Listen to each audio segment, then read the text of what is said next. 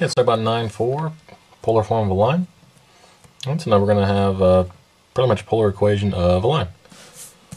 Alright, so we're going to graph straight lines on polar coordinates, which are circles. Alright, so how to graph straight lines on circles. Pretty much what we're doing.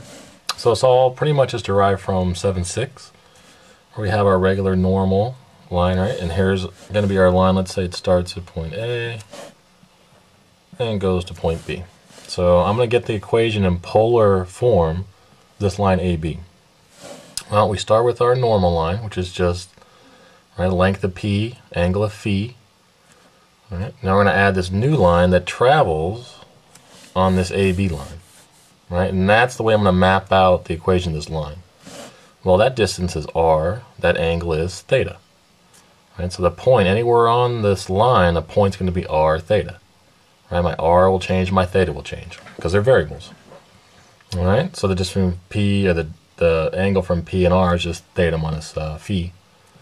Right now, if I can just do draw an altitude here, get the x's, the y's, plug that into the normal form, and I'll get this.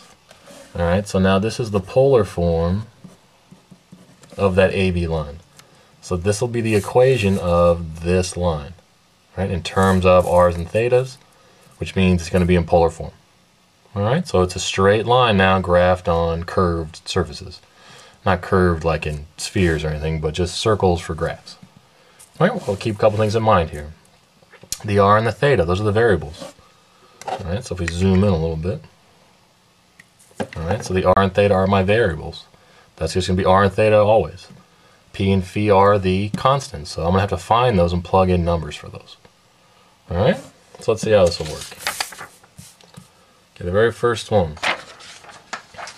Let's write an equation in polar form.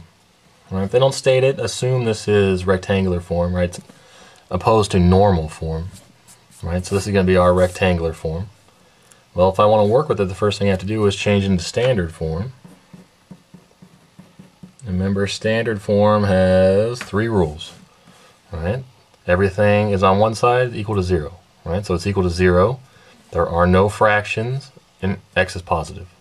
Right, so standard form. So let's write that on the side here. All right, so this is standard form. X is positive, no fractions, it all equals 0. All right, so now I can change it to normal form because I want to find my P and my phi. So to do that, I need my A squared plus my B squared, right, the sign of which is just the opposite of the sign of C. So this C is a negative, this one's a positive. So it's rad 5.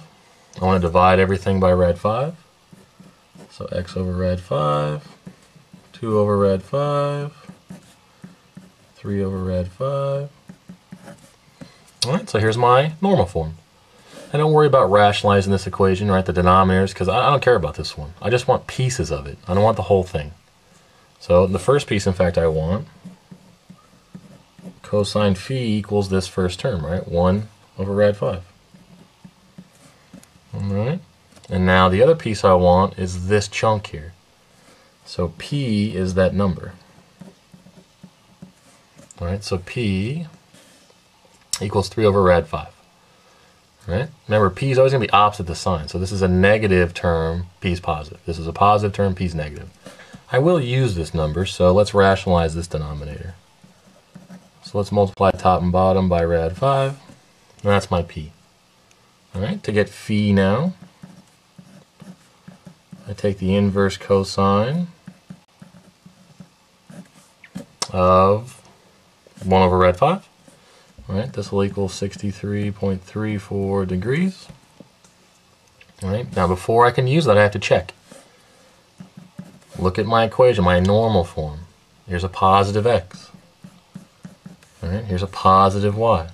When I say positive, I mean the numbers out front are positive. This is a positive 1 over square root of 5. Positive 2 rad 5.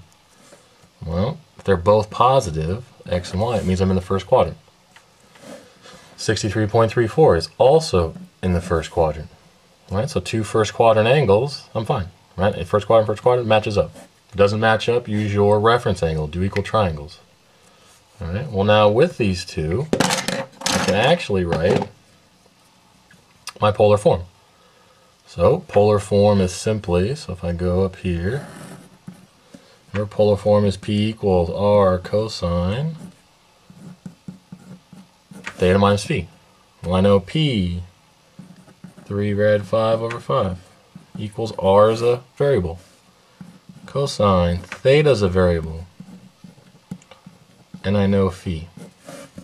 Alright? So my polar form now is just that. Alright? Okay, let's try going the other way. So one was, the first way we took, let's go back, a rectangular equation, found polar. Let's go the other way now. Here's a polar equation, let's find the rectangular equation. There are two ways you can do this.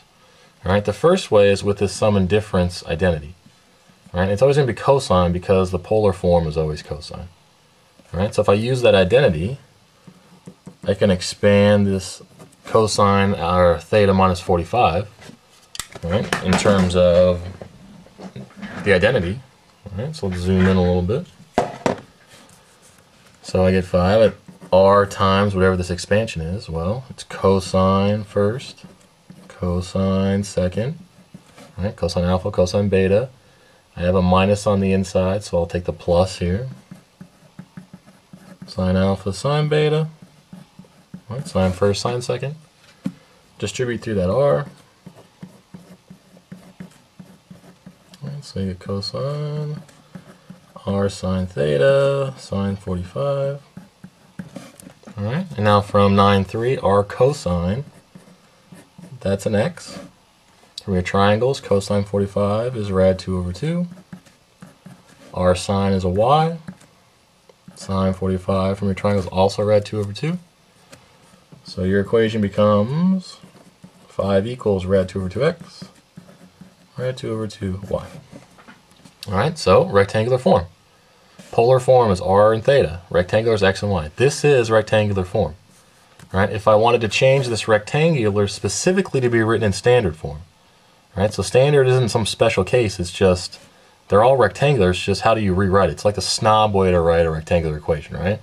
You have to have those restrictions, right? No fractions. X has to be positive. Everything goes 0. So if I want standard form, which if they don't ask for, right, then don't do it. Alright. First thing I want to do is get rid of the fractions. So multiply everything by 2. Alright. And now, so I have the x is positive. I don't have any fractions. That's 2 out of the 3 criteria. The last one is it has to equal 0. So I'll subtract over the 10. And then here is standard form. Alright. Another reason that you would put it in standard form is if everyone did it, then we can tell if the equations are equal, right? Because I'm going to show you a second way to do it, and it's not going to look like this equation. But if everyone puts it in standard form, then you'll see that they'll always look the same. All right? Okay, let's see that second way. So this was the first way. All right, so let's see second now. Okay, what I can do. All right, so here's my second way to do it. All right, so my equation is still, what was it, 5 equals r cosine theta minus 45. Okay, you'll notice from this equation, this is my polar form. I know P is 5 because P equals. I know phi is 45 because it's theta minus phi. I also know the normal form of an equation. Right, it's just that. Well, if I know P and phi, I can plug it in. So I get x times cosine 45 degrees plus y sine 45 degrees minus 5 equals 0. And now I know cosine. I know sine of 45. And you see I'm right back where I was. But now it's all equal to 0. I have a positive x. Right? So you'll see this equation actually looks different than this one did. Alright. So if I want to make sure it's the same, let's put it in standard form. Alright, so all I have left to do here, since the x is positive and it all equals 0, is to multiply through by 2. and then you'll see its standard form. Okay, so all standard form really does for us is make sure we all have the same equation. All right, so that's pretty much it. So you solve either way you like. It's up to you.